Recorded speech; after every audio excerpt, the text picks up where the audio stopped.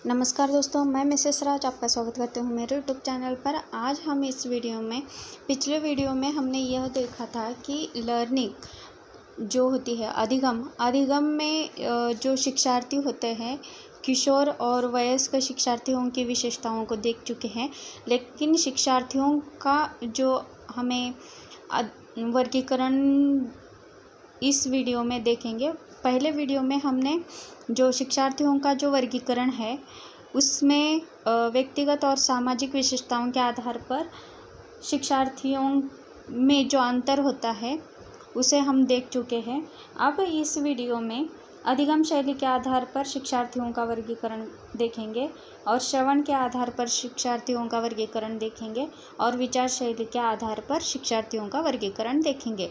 तो दोस्तों, यहाँ पर मैंने टारगेट जीआरएफ के लिए मतलब अब हमें वक्त मिल चुका है थोड़ा बहुत, और जो हमारा टारगेट है जीआरएफ लेने का फास्ट रिवीजन के साथ कंप्लीट टीचिंग एप्टीट्यूड को इस वीडियो में कंप्लीट करेंगे। अभी पिछले 4 वीडियो हो चुके हैं, वो भी फर्स्ट रिवीजन में ही।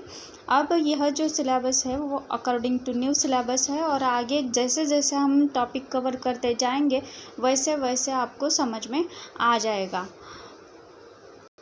और दोस्तों, मैं यह कहना चाहती हूँ कि इतने सटीक नोट्स आपको किसी और चैनल पर नहीं मिलेंगे। आपको फ्री नोट्स चाहिए तो आप मुझे कमेंट करके पूछ सकते हैं, मैं आपको पीडीएफ दे दूँगी। और आप मुझे टेलीग्राम पर फॉलो कर सकते हैं, एजुकेशन विथ मी यह मेरा चैनल है। और मैं यह कहना चाहती हूँ कि मेरे साथ आप पढ़ाई करके आप अपने जीआरएफ को और नेट को, वैसे ही सेट एग्ज़ाम को क्रैक करके आप अपने मकाम को हासिल कीजिएगा। अब मैं यह कहना चाहती हूँ कि इस टॉपिक पर जो 10 मार्क्स के जो 5 प्रश्न पूछे जाते हैं वो 100% आपके क्लियर होकर रहेंगे। अगर आप ध्यानपूर्वक मेरी वीडियो शुरू से लेकर अंत तक देख रहे हैं तो मैं दावा करती हूँ कि आपकी जो भी कन्फ्यूजन्स है टीचिंग एप्टीट्यूड को लेकर वह सारी की सारी क्लियर हो जाएंगी। और मैं यह जो नोट्स लेकर आ रही हूँ आपके सामने वो किसी एक किताब से नहीं है। मैंने बहुत सारे किताबों का अध्ययन करने के बाद ही इन सारे नोट्स को इकट्ठा करके आपके सामने लेकर आई हूँ मेरे भाषा में। अब यहाँ पर अधिगम जो पिछले वीडियो में हमने स्टार्ट किया था, अधिगम, ठीक है, लर्निंग प्रोसेस, उसकी जो परिभाषा है वह सारी देख चुके हैं हम, विशेषताओं को भी देख चुके हैं। और अधिगम जो अध्ययनकर्ता की जो भी अधिगम के अंतर्गत जो अध्ययनकर्ता होता है उसकी विशेषताएं, किशोर और वयस्क शिक्षार्थियों की विशेषताएं और उनकी जो अपेक्षाएं होती है उसको भी हमने देखा है। अब अगर शिक्षार्थियों को समझना है, ठीक है, शिक्षार्थियों को समझना है तो उसमें भी बहुत सारे ऐसे वर्गीकरण है जो उसके आधार पर हम शिक्षार्थियों को देख सकते हैं, ठीक है। अब एक वर्गीकरण को हमने देखा है जैसे कि व्यक्तिगत और सामाजिक विशेषताओं के आधार पर वर्गीकरण हो चुका है। वहाँ पर वयस्क शिक्षार्थी और युवा शिक्षार्थी दोनों का जो अंतर है वह स्पष्ट हो चुका है। अब आने वाला जो टॉपिक है, जो बचे हुए 3 वर्गीकरण हैं, शैली के आधार पर, श्रवण के आधार पर और विचार शैली के आधार पर।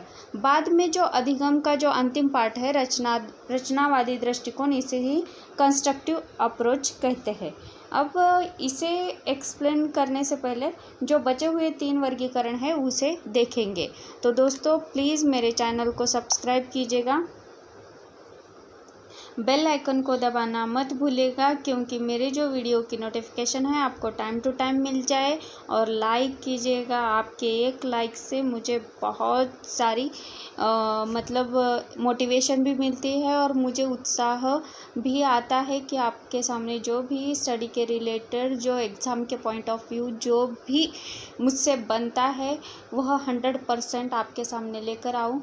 और मैं यह नहीं कहना चाहती कि आप मतलब अभी जो एग्ज़ाम पोस्टपोन हो चुके हैं तो थोड़ा सा मतलब अभी धीर धरो या धीर पकड़ लो, ऐसा नहीं कहना चाहती क्योंकि अभी जो टाइम मिला है अब नहीं तो कभी नहीं।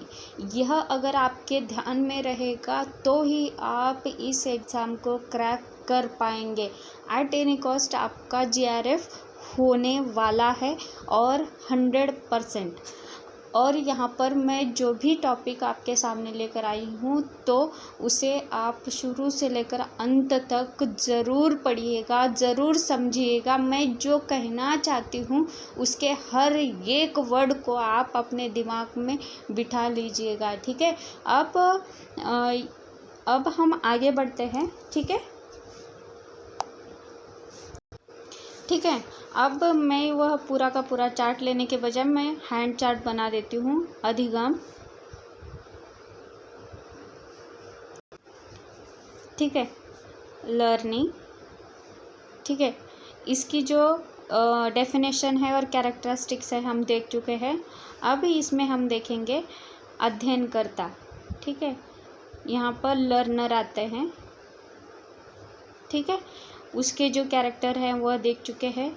यहाँ पर किशोर और वयस्क है, यानी जो अडल्ट है, ठीक है, उसे भी हम देख चुके हैं। किशोर और वयस्क, किशोर और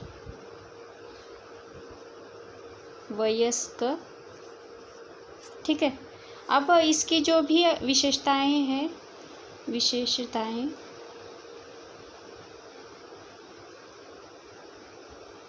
और इसके जो भी अपेक्षाएं, ठीक है।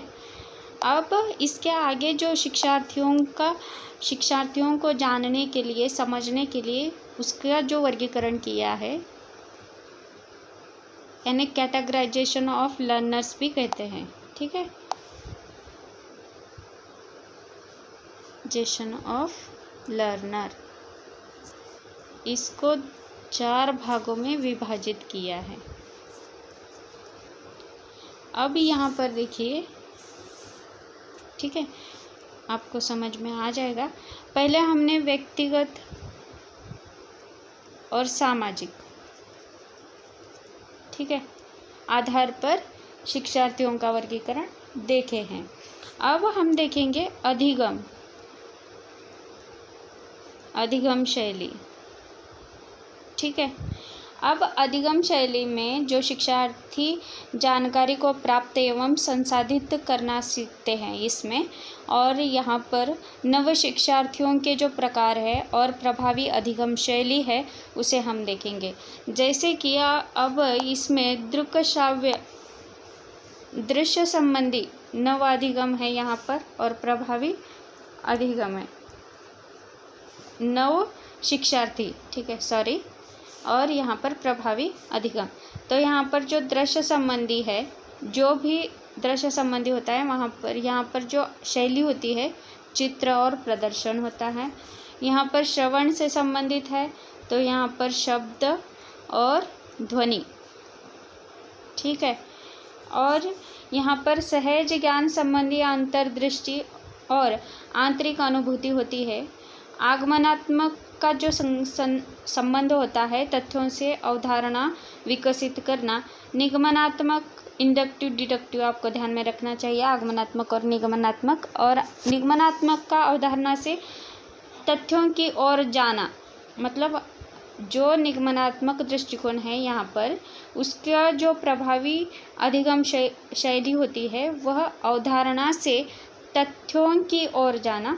और सक्रिय का संबंध भौतिक गतिविधियों से होता है। चिंतनशील का संबंध विचार विमर्श और आत्मनिरीक्षण से होता है। और क्रमिक का संबंध संबंधित चरणों की श्रृंखला से होता है।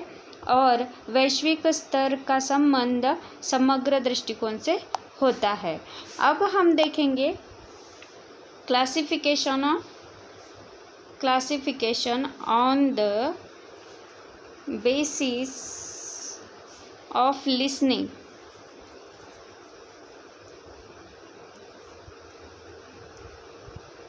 ठीक है। अब इसमें श्रवण के आधार पर वर्गीकरण है। श्रवण मतलब सुनने पर, ठीक है।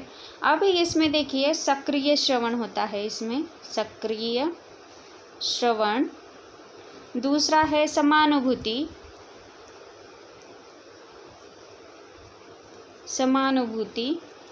तीसरा मूल्यांकन और आलोचनात्मक श्रवण, सराहनात्मक श्रवण, यह 4 पॉइंट इसमें होते हैं। अब इसमें जो पहला पॉइंट है सक्रिय श्रवण, तो इसे ही हम एक्टिव लर्निंग कहते हैं, एक्टिव लिसनिंग, सॉरी, ठीक है। इस श्रवण यहाँ पर जो उद्देश्य पूर्ण होता है कि यहाँ पर श्रवण का उद्देश्य होता है कि सुनना, हम किस प्रकार इसे समझते हैं, छात्र किस प्रकार समझता है इसमें, उसे यहाँ पर बताया गया है। दूसरा है समानुभूति श्रवण, समानुभूति, इसे ही एम्फेथेटिक लिसनिंग भी कहते हैं,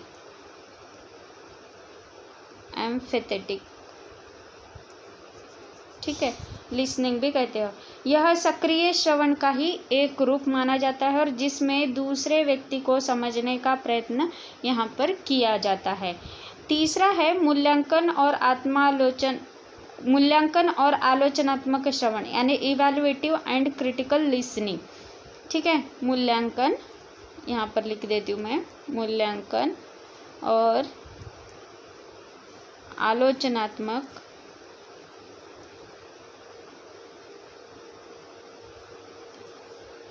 ठीक है, आलोचनात्मक श्रवण, इसमें जो श्रोता वक्ता के संदेश की परिशुद्धता, सार्थकता और उपयोगिता का मूल्यांकन करता है। यहाँ पर जो श्रोता होता है वह वक्ता के संदेश, यानी वक्ता जो बताना चाहते हैं, ठीक है, शिक्षक जो बताना चाहते हैं छात्र को, वह उस संदेश को ग्रहण करता है, उसमें शुद्धता लाता है, उसकी सार्थकता का मूल्यांकन करता है और उसकी जो उपयोगिता होती है उसका भी मूल्यांकन छात्र यहाँ पर करता है। यहाँ पर श्रोता छात्र होता है और वक्ता जो होता है वह शिक्षक के रूप में हम देख सकते हैं। अभी जो इसका जो अंतिम टाइप बचा है सराहनात्मक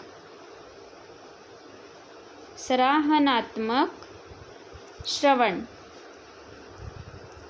ठीक है, इसे ही एप्रिशिएटिव लिसनिंग भी कहते हैं।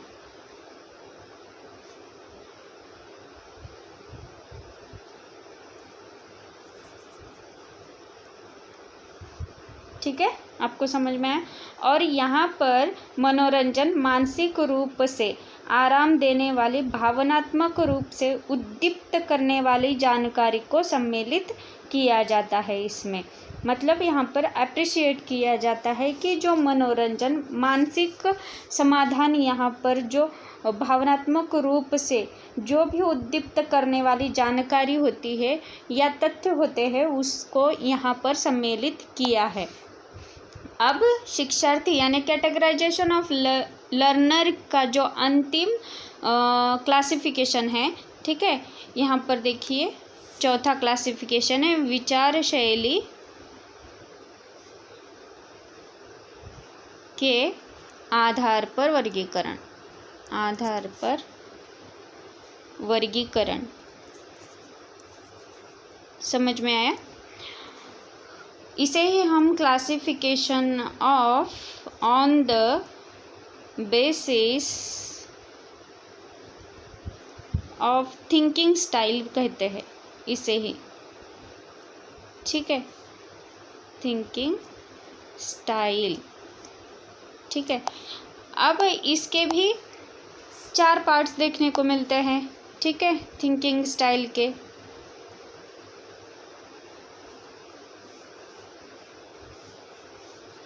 यहाँ पर देखिए, यहाँ पर चिंतनशील, इसे ही चिंतनशील विचारक होते हैं और यहाँ पर रिफ्लेक्टिव थिंकर्स होते हैं। और इसमें हमेशा विषय वस्तु के संबंध में नई जानकारी लेते रहते हैं और नई जानकारी को अतीत के अनुभवों से संबंधित करने की चेष्टा यानी प्रयास भी करते हैं। और यहाँ पर हमेशा तर्क जानने का प्रयास होता है इस स्तर पर। ठीक है, इसका जो पहला भेद माना जाता है थिंकिंग स्टाइल का, तो उसमें सीखने के दौरान जो भावुकता का अंश यहाँ पर हमें देखने को मिलता है। समझ में आया आपको? अब हम देखेंगे रचनात्मक विचारक, इसे हम क्रिएटिव थिंकर्स भी कहते हैं, यानी सीटी। और इसमें जो नई जानकारी होती है, नई जानकारी के साथ क्रीड़ा भाव, to play with new information, मतलब यहाँ पर नई जो इन्फॉर्मेशन होती है उसके साथ मतलब उसको साझा कर लेते हैं वो एक तरह से। मतलब यहाँ पर जो नई जानकारी होती है उस पर समझना पड़ता है और उस पे मूल्यांकन करते हैं, उसकी जो उपयोगिता है वह हमारे जीवन में है कि नहीं, यह छात्र यहाँ पर तय करता है। और तर्क जानने का प्रयास इस रचनात्मक विचारक जो क्रिएटिव थिंकर्स होते हैं वे करते हैं, और समस्याओं के स्वयं द्वारा विकसित समाधान का भी प्रयास करते हैं या समाधान निकालने की चेष्टा भी करते हैं। यह अल्पमार्गीय समाधान होता है, यानी शॉर्टकट सॉल्यूशन होता है यह। और इसमें जो विश्वास रखने वाले ये विचारक होते हैं। अब रहेगा व्यावहारिक विचारक, इसे ही प्रैक्टिकल थिंकर्स कहते हैं, पीटी यानी प्रैक्टिकल थिंकर्स। यहाँ पर तथ्यात्मक जानकारी की तलाश करने के साथ साथ जो कार्य करने के लिए सबसे सरल कारगर उपाय का जो शोध करते हैं ये लोग, और वे कभी संतुष्ट नहीं होते जब तक नए कौशलों का यहाँ पर अपना कर जो कार्य होता है कार्य में उपयोग नहीं करते। मतलब जो कार्य होता है उसमें जो हमारे कौशल्य होते हैं हम उसके द्वारा उससे मतलब सरल से हमारा जो उपयोग होता है, मतलब यहाँ पर जो तथ्य होते हैं उसे जानने की जो चेष्टा इनमें होती है, वह जब तक उस एकाध प्रश्न को वो अपने तरीके से सॉल्व नहीं कर लेते तब तक ये लोग संतुष्ट नहीं होते या संतुष्ट नहीं होते, यानी खुश नहीं होते। अब जो बचा है वैचारिक विचारक यानी कंसेप्चुअल थिंकर्स, इसे भी सीटी कहते हैं, कंसेप्चुअल थिंकर्स। ठीक है,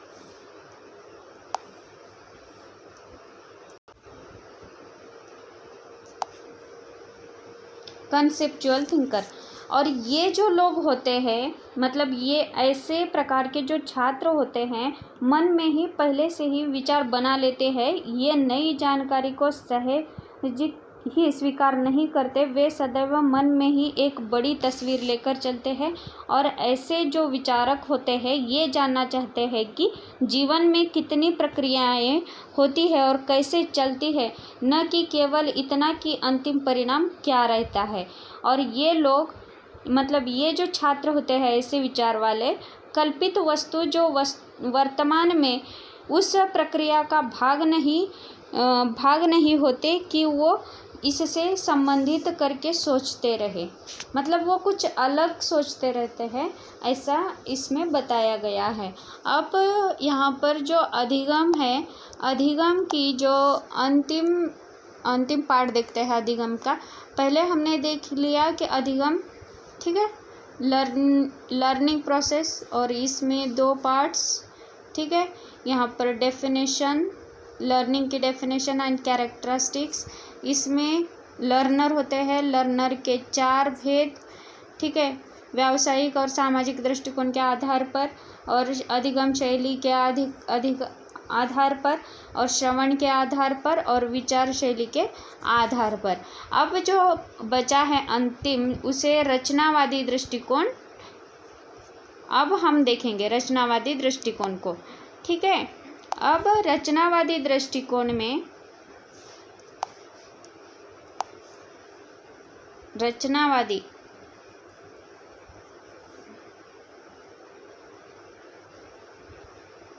इसमें सबसे महत्वपूर्ण क्या है, इसे ही 5E कहते हैं। ठीक है, और यहाँ पर जो ऐसे रचनावादी दृष्टिकोण के अनुसार जो शिक्षण अधिगम प्रक्रिया के 5 अंतर संबंधित अवयव, जिसे ही हम 5E दृष्टिकोण भी कहते हैं। इसमें देखिए पहला जो ई है संलग्न यानी एंगेज, ठीक है। दूसरा ई है अन्वेषण यानी एक्सप्लोर। तीसरा ई है एक्सप्लेन। चौथा ई है एलाब्रेट और 5वां ई है इवैल्यूएट, ठीक है। अब यहाँ पर जो एंगेज है इसे ही हम संलग्न कहते हैं और यहाँ पर शिक्षक का मुख्य कार्य छात्र को सीखने के लिए प्रेरित करने से होता है। और यहाँ पर जो एक्सप्लोर है, ठीक है, एक्सप्लोर, इसमें सीखने के लिए सभी इंद्रियों का उपयोग और सामूहिक भावना एवं कुछ सामान्य अभिज्ञता यानी कॉमन एक्सपीरियंस विकसित होने पर बल दिया जाता है। अभी एक्सप्लेन को ही विस्तार कहते हैं, ठीक है, और एक्सप्लोर को विश्लेषण, और यहाँ पर एक्सप्लेनेशन को यानी एक्सप्लेन को व्याख्या कहते हैं। और इसमें मुख्य रूप से शिक्षार्थी और छात्र में पारस्परिक विचार विमर्श, व्याख्या आदि बातें इसमें होती है। अब इलाबरेट को हम विस्तार कहते हैं, ठीक है, विस्तार कहते हैं। और इसमें जो प्राप्त ज्ञान को कहीं और भी लागू किया जा सकता है, मतलब जब छात्र शिक्षक के द्वारा सिखाए गए ज्ञान को किसी और जगह पर भी लागू कर सकता है। अभी जो बचा इवैल्यूएट, इसे ही हम मूल्यांकन कहते हैं और यहाँ पर जो प्राप्त ज्ञान का जो उद्देश्यों के अनुसार मूल्यांकन करते हैं। यहाँ पर जो भी छात्र शिक्षक के द्वारा जो ज्ञान प्राप्त कर लेते हैं और ज्ञान का जो उद्देश्य होता है उसके अनुसार वे छात्र सारे उसका मूल्यांकन करते हैं। समझ में आया यह पाठ। अब हम देखेंगे कि जो अधिगमकर्ता की विशेषताएं हैं वो और एक तरीके से अलग से भी हमें देखने को मिलते हैं और किस विद्वान ने किसके द्वारा ऐसी जो विशेषताएं हैं अधिगमकर्ता की उसके संदर्भ में हम देखेंगे, ठीक है। अब यहाँ पर देखिए जो अधिगमकर्ता के गुण एवं विशेषताएं यानी qualities and characteristics of learner. अभी यह जो गुण है या विशेषताएं वह बहुत सारे विद्वानों ने अलग अलग तरीके से महत्वपूर्ण माने हैं। अभी यहाँ पर जो वंशानुक्रम और वातावरण जो हेरिडिटी एंड एनवायरनमेंट है, ठीक है, आपको दिख रहा होगा, यह जो दिया है यह मानने वाले डगलस, हॉलैंड, रुथ बेंडिक्स और गिस्बर्ट, इन लोगों ने वंशानुक्रम प्रक्रिया को यानी वंशानुक्रम यह एक गुण है, यह एक अधिगमकर्ता की विशेषता है, इसे मानते हैं, ठीक है। वंशानुक्रम में जो भी यहाँ पर अर्जित गुण होते हैं, ठीक है, वह सारी की सारी यहाँ पर हमें देखने को मिलती है। और वंशानुक्रम में बहुत सारे नियम है, उसे हम एक्सप्लेनेशन के तौर पर देखेंगे। और यहाँ पर तो फास्ट डिवीजन चल रहा है, जैसे ही अगर एग्ज़ाम की डेट अगर अनाउंस हो गई तो हमारे टॉपिक पीछे रह जाएंगे, इसलिए मैं यहाँ पर फास्ट डिवीजन ले रही हूँ। अब यहाँ पर जो वातावरण की जो परिभाषा डगलस एवं हॉलैंड ने दी है, यहाँ पर उन्होंने अधिगमकर्ता की यह एक महत्वपूर्ण विशेषता और गुण माना है। अब देखेंगे यहाँ पर मूल प्रवृत्ति यानी इंस्टिंक्ट को भी अधिगमकर्ता का एक गुण और विशेषता मानने वालों में से विलियम मैकडूवल है। और ये प्रथम व्यक्ति ऐसे है कि जिन्होंने सर्वप्रथम मूल प्रवृत्तियों का वर्णन अपनी प्रसिद्ध पुस्तक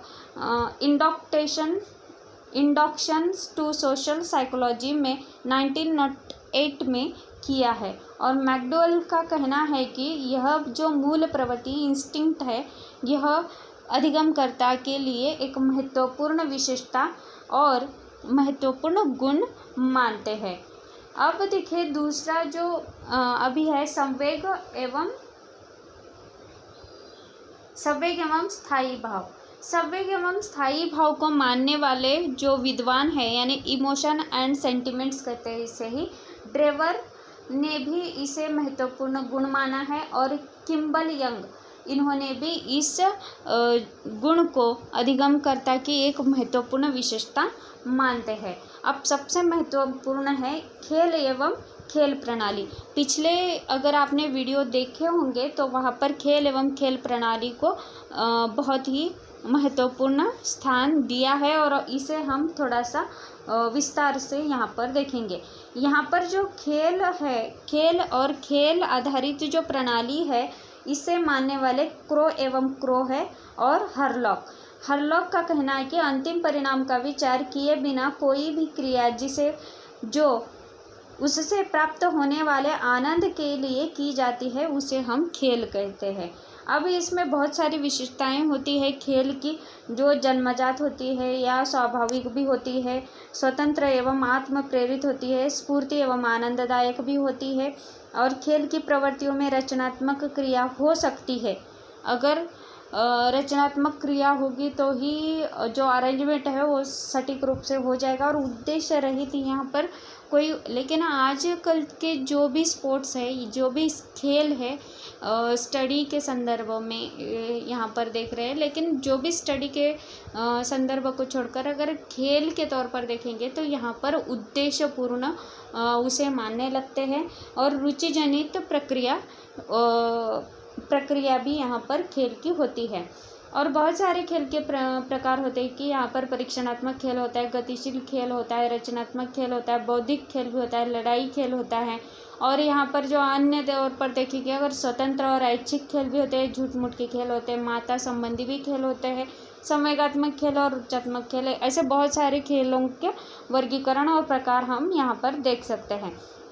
लेकिन सबसे महत्वपूर्ण है, ठीक है, खेल के अंतर्गत बहुत सारे विधियों का यहाँ पर, यानी मेथड्स, जो टीचिंग के methods based on play way है, तो उन सारे मेथड्स को हम बारीकी से देखेंगे। ठीक है, अब यहाँ पर मैं उस मेथड्स को देखूँगी।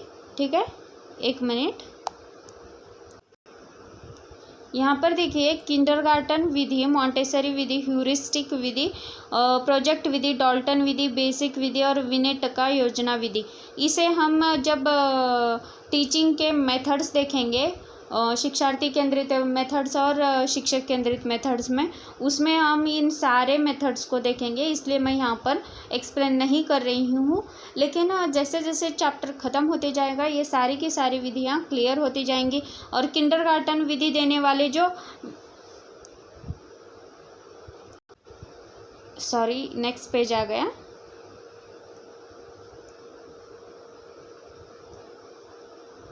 ठीक है, अब देखिए यहाँ पर जो किंडरगार्टन जो विधि दी है, किंडरगार्टन ने दी है, मॉन्टेसरी विधि मॉन्टेसर ने दी, ह्यूरिस्टिक विधि को ह्यूरिस्टिक ने दिया है, प्रोजेक्ट विधि डाल्टन विधि यह डाल्टन ने दिया है। बेसिक विधि को हम थोड़ा सा बारीकी से देखेंगे, जैसे कि हम माइक्रो टीचिंग देखने शुरू करते हैं वैसे ही आप इस विधि को देख लेंगे। और विनेट का जो योजना विधि है उसे भी हम देखेंगे। अब हम देखेंगे नेक्स्ट गुण और विशेषता अधिगम। अब यहाँ पर देखिए, ठीक है, पांचवा जो गुण या विशेषता मानते हैं, बाल अभिवृद्धि एवं विकास। यह जो विधि मानने वाले जो विद्वान हैं उसमें सबसे महत्वपूर्ण है फ्रैंक और हरलॉक के अनुसार जो यहाँ पर अभिवृद्धि और विकास में थोड़ा सा भेद करके उन्होंने बताया है। बालक के लिए बहुत सारे अवस्थाओं को हम यहाँ पर देख चुके हैं। ठीक है, अब यहाँ पर देखिए, जो फ्रैंक और हरलॉक का कहना है कि बालक के शरीर एवं व्यवहार में होने वाले परिवर्तन को अभिवृद्धि कहते हैं, और मतलब छात्र के अंदर।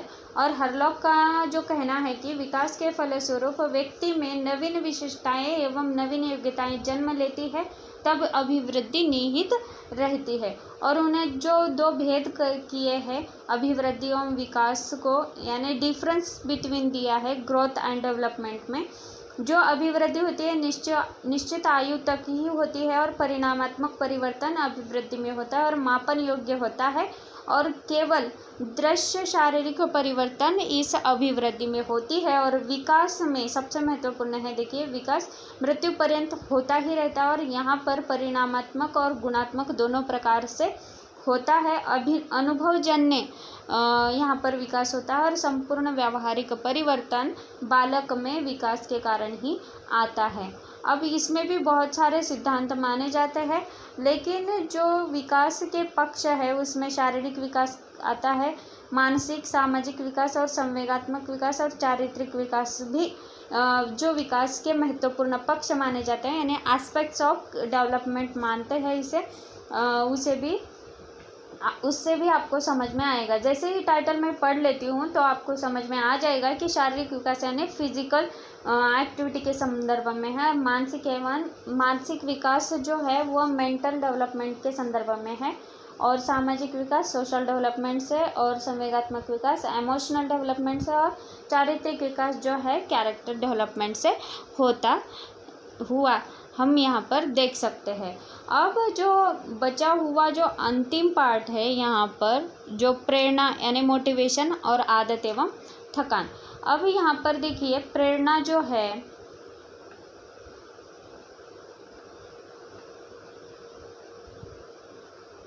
पहले हम आदत और थकान को देख लेते हैं, ठीक है। आदत और थकान में बहुत सारे प्रकार भी देखने को मिलते हैं। आदत यानी हमारी जो हैबिट्स होते हैं, जैसे कि बहुत सारे हैबिट्स होते हैं, किसी को यांत्रिक आदतें होती है, मनोशारीरिक होती है, स्नायु तंत्र से संबंधित आदतें होती है, भाषा संबंधी से आदतें होती है, और विचार संबंधी और भावना से संबंधी और नैतिक आदतें भी बालकों में हम देखने लगते हैं। जैसे कि थकान एक महत्वपूर्ण गुण एवं विशेषता मानी जाती है अधिगमकर्ता के लिए। और यहाँ पर जो विशेषताएं, शारीरिक जो दुर्बलता होती है, थकान के जो गुण होते हैं, शारीरिक दुर्बलता, मानसिक असक्षमता, न्यूनतम एकाग्रता, न्यूनतम उत्पादन यानी स्मृति अधिगम, और चिड़चिड़ापन, क्रोध के संवेग, अरुचि यानी डिसइंटरेस्ट, और जड़ता यानी स्टेट ऑफ इनर्शिया, इसे ही हम देख चुके हैं, ठीक है। अब यहाँ पर सबसे महत्वपूर्ण पार्ट है, एक मिनट। अब यहाँ पर जो प्रेरणा यानी मोटिवेशन, प्रेरणा बालक व्यवहार का एक प्रमुख घटक जो होता है, उसमें दैनिक जीवन के किसी व्यवहार कार्य को आरंभ करने, उसे निरंतर जारी रखने तथा नियमित करने की प्रक्रिया से संबंधित होता है। और यहाँ पर जो प्रेरणा होती है बाल व्यवहार में, उसमें बाल व्यवहार में परिवर्तन, चरित्रों का निर्माण करना होता है, और यहाँ पर अवधान केंद्रीकरण में सहायक होते हैं, और मानसिक विकास में इसका योगदान होता है, और रुचियों के विकास में भी यह मददगार सिद्ध होता है प्रेरणा, यह पॉइंट। अनुशासन की जो भावनाएं होती है वो प्रेरणा एवं बाल व्यवहार में हम कर सकते हैं, और सामाजिक गुणों का विकास होता है, और अधिगम उन्नयन में योग, और व्यक्तिगत विभिन्नताओं में योग भी हम देख सकते हैं।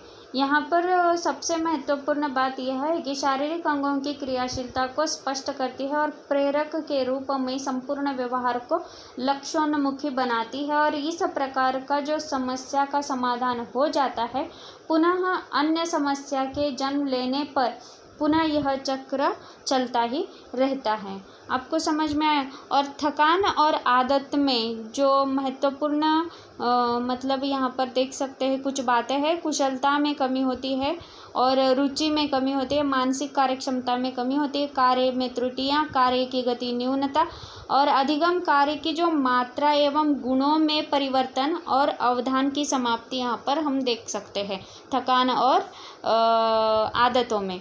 अब यहाँ पर देखिए दोस्तों, हमने लगभग आधा सिलेबस कवर कर लिया है जो अधिगमकर्ता तक। अब हम देखेंगे कि टीचिंग मेथड्स, इवैल्यूएशन, आईसीटी का प्रयोग इन टीचिंग फील्ड, ठीक है। और इन सारे घटकों पर अब हम और भी मतलब यह टॉपिक कंप्लीट होते हुए नज़दीक आ रहे हैं। तो अगर आप यहाँ पर रिवीजन के तौर पर देखेंगे तो फास्ट रिवीजन के तौर पर आपका टॉपिक जल्द से जल्द कंप्लीट हो जाएगा, और जो बचा हुआ पार्ट है वह पार्ट 1-2 वीडियो में कवर हो जाएगा। तो दोस्तों यहाँ पर मैं कहना चाहती हूँ कि जो बचा हुआ पार्ट है उसमें जो टीचिंग के जो फैक्टर्स होते हैं, यहाँ पर जो शिक्षण को प्रभावित करने वाले कारक, फैक्टर्स अफेक्टिंग टीचिंग, और उसके साथ ही यहाँ पर डेल कौन भी है और उसे भी हम थोड़ा सा डिस्कस करेंगे, क्योंकि एग्ज़ाम के दृष्टिकोण से कभी भी किसी पॉइंट पर क्वेश्चन पूछ सकते हैं, यह बता नहीं सकते, क्योंकि अगर टॉपिक क्लियर रहेगा तो वह सारे के सारे जो भी पॉइंट बनेंगे या जो भी क्वेश्चंस बनेंगे वह सॉल्व करने में हमें थोड़ी सी आसानी हो जाएगी। यहाँ पर जो मेथड्स है टीचिंग के, ठीक है, टीचिंग के 2 टाइप्स के मेथड है, वह टीचर सेंटर्ड मेथड होते हैं और स्टूडेंट सेंटर्ड मेथड होता है। और यहाँ पर जो शिक्षण विधियाँ, यानी यहाँ पर टीचिंग मेथड्स का जो क्लासिफिकेशन है 2 तरीके से, उसमें बहुत सारे टीचिंग के जो मेथड्स है, और पहले भी हमने खेल में भी हम देख चुके हैं कि बहुत सारे मेथड्स हैं, वहाँ पर भी उसे भी हम यहाँ पर टीचर सेंटर्ड और जो स्टूडेंट सेंटर्ड में जो मेथड्स बनेंगे उसके साथ उन सारी मेथड्स को कवर कर देंगे।